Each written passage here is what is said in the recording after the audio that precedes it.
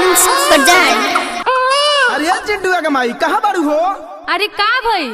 अरे बबुआ रोता जाके चुप कराओ जल्दी। अरे एगो वीडियो बनाओ तनी रील पर डाले खातिर बड़ा नु ट्रेंड चलता।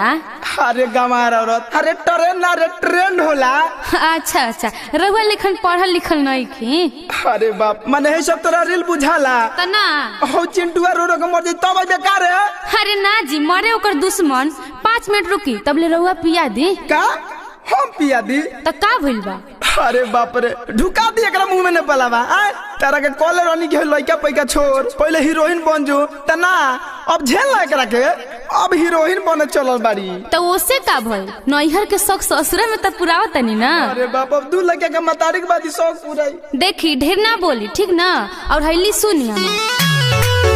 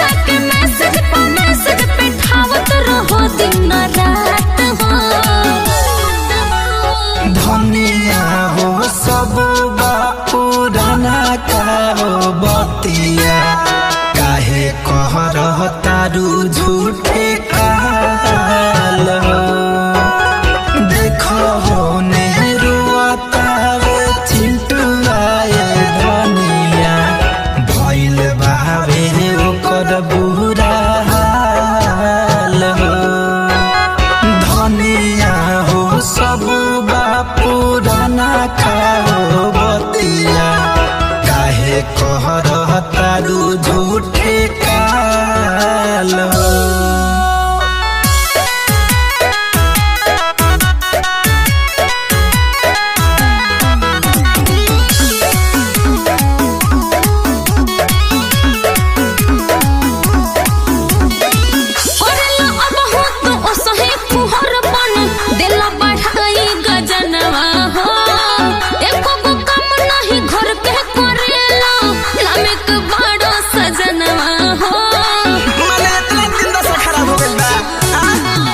लागल जे रहबू तू दिन भर दिले में लइका तारो बेनु करी हो कहता कि न के लाती झुना झुना ओही में लागल रही हो बात बदल के तू टॉपिक घुमा देला कहियो पते हब बवाल हो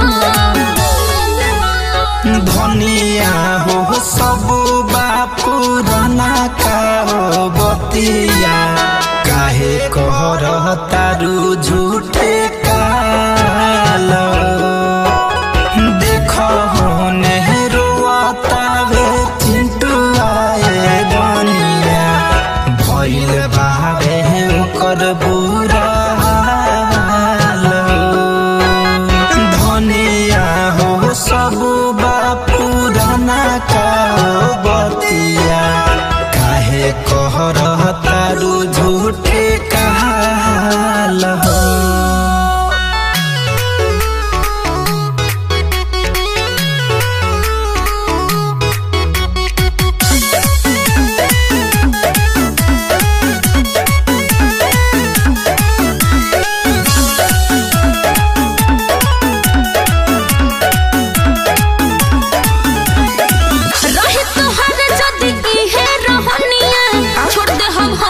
ससुरवा ना तू खून को तो अपने हाथ से गाड़ द हमके तू दुरावा हो। अरे झूठे में बखेरा कर दारू का कही छोटे नु बात बाटे काहे लायताना करेलु धनिया डरामा हो मान धनंजय के कहलई बतिया लागी चिल्लाए होने आमा हो तोहरा